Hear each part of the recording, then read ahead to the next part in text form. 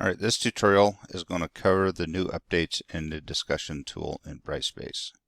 First, I'm going to go to Activities, Discussions. As you see here, the forum will still be the same old format as before. No changes there. Under Topic, you will see the new discussion experience, and it will look very similar to quizzes and assignments. Right now we have this hanging tab where you can choose to turn it off and go back to the old experience or leave it on. So first I'm going to start with a topic title.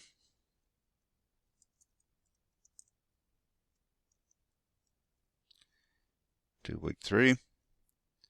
Now if I don't make any changes, it's automatically going to create a forum of the same name. But I don't want to do that because if I have 16 weeks and 16 different discussions, it really adds a lot of length to the page to have both a forum and a topic. It is cleaner and better organized if you have a topics that are similar all added to one particular forum. So if I have a forum called Weekly Discussions, and then I would add all my topics underneath there for each week. Okay, so I'm going to change forum. I already have a weekly discussion forum. Do that. Add some points. This will automatically be introduced into the gradebook, but I do have categories already established. So add that to my discussions. Okay, availability, dates, and conditions. Start dates and end dates are hard. Students can't do anything before or after.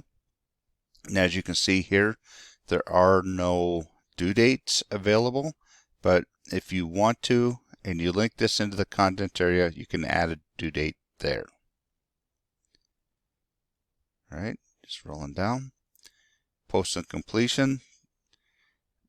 Probably one of the more common settings is students must post or start a thread before they can view or reply to other threads.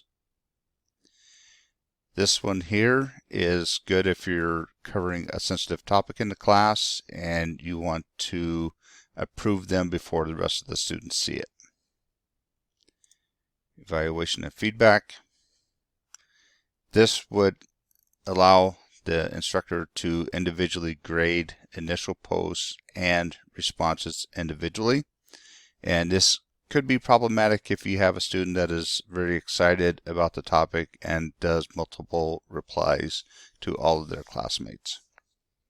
Most instructors do choose to leave this unchecked and grade the initial posts and responses for that particular student all in one. All right, over here I will add my prompt and save and close.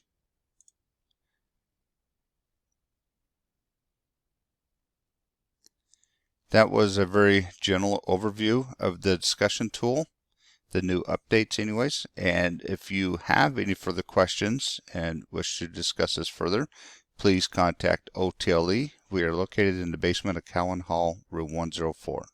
Thank you.